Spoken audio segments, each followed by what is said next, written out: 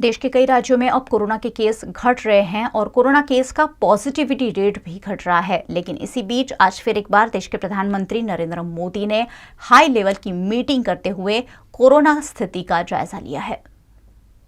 पिछले 24 घंटे में भारत देश में 3,26,014 नए कोरोना संक्रमित मिले हैं और 3,876 लोगों की मौत हो गई। राहत की बात यह रही कि इस दौरान 3,52,850 लोगों ने कोरोना को मात भी दी। इस तरह एक्टिव केस यानी इलाज करा रहे मरीजों की संख्या में 30,754 की गिरावट दर्ज की गई है।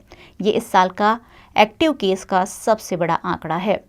देश में कोरोना के मामले लगातार घट रहे हैं। रोजाना केस के साथ पॉजिटिविटी रेट में भी कमी देखी जा रही है। पिछले 6 दिनों में पॉजिटिविटी रेट में 5.6% की गिरावट दर्ज की गई। 9 मई को पॉजिटिविटी रेट 24.9% थी, यानी हर 100 टेस्ट में करीब 25 लोगों में कोरोना की पुष्टि हो रही थी। यह आंकड़ा 14 मई को घटकर 19.3% रह गया, यानी अब हर 100 टेस्ट में 19 या 20 संक्रमित ही मिल रहे हैं। वहीं रोजाना केसों में भी 11% तक की कमी देखी गई। 9 मई को देश में 3.66 लाख संक्रमित मिले थे। यह आंकड़ा 14 मई को 40,000 घटकर 3.26 लाख पर आ पहुंचा।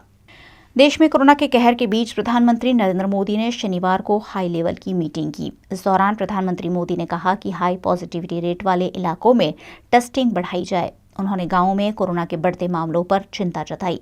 उन्होंने ये भी कहा कि गांवों में डोर टू डोर टेस्टिंग और सर्विलांस की व्यवस्था की जाए।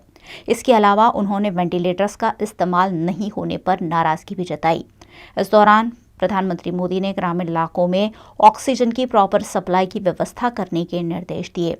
उन्होंने ये भी कहा कि स्वास्थ्य कर्मियों को वेंटिलेटर और अन्य उपकरणों को ऑपरेट करने की ट्रेनिंग दी जानी चाहिए।